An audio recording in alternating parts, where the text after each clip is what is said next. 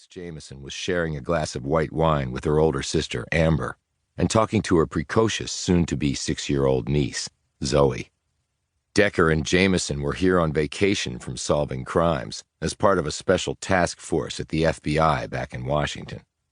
Decker had been reluctant to go with Jamison, but their boss, Special Agent Bogart, had insisted that he take some type of leave.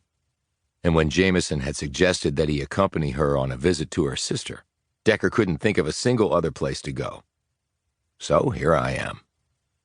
He took another sip of his beer and studied his size 14 feet. When they had arrived here, introductions had been made, hugs given, pleasantries exchanged, bags put away, and Jamison had given out housewarming gifts to her sister and niece, because Amber and her family had only recently moved here. Dinner was prepared and eaten, but long before then, Decker had run out of things to say and ideas of what would be socially acceptable to do. And that's when Jamison, who knew him perhaps better than anyone else, had discreetly suggested that he take his beer and his awkwardness outside, so the sisters could catch up in the way that women often did while no men were around. The social awkwardness had not always been a part of him. The 6'5", 300-pound plus, well, maybe more than simply plus, Decker, a former professional football player, had once been outgoing, gregarious, a bit goofy even, fun-loving, and always ready with a quip. Then had come the vicious blindside hit to the head on the football field that had changed his life and who he was forever. The resulting brain trauma had almost killed him, and while he had survived, the blow had forced his brain to rewire itself to allow healing to occur. This process had left two distinct marks on him.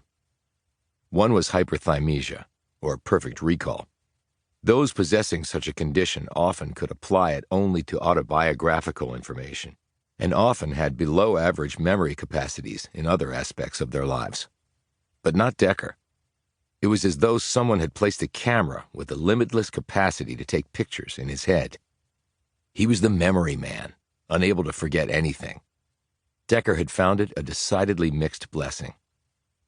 The second result of the hit was his developing synesthesia. He associated odd things, like death, with a color.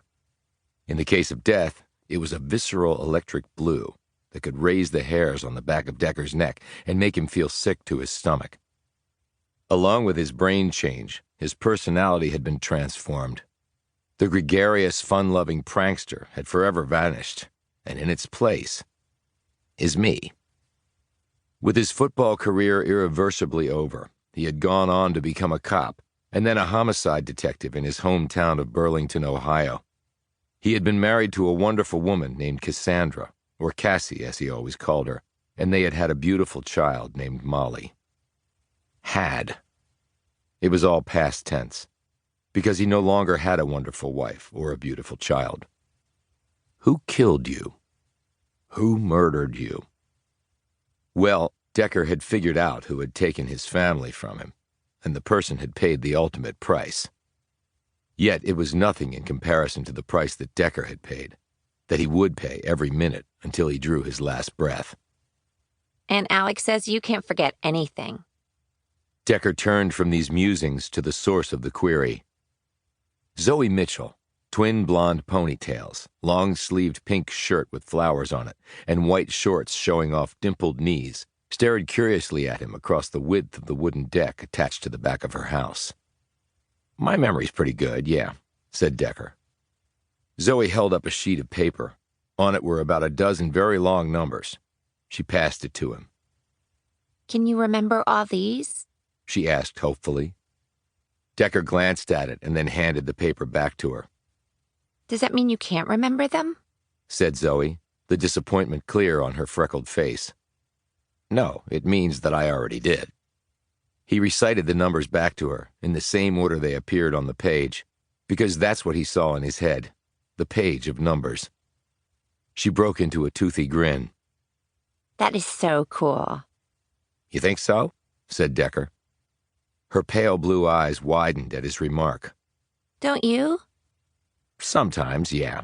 It can be cool. He leaned against the deck railing and sipped his beer while Zoe watched him.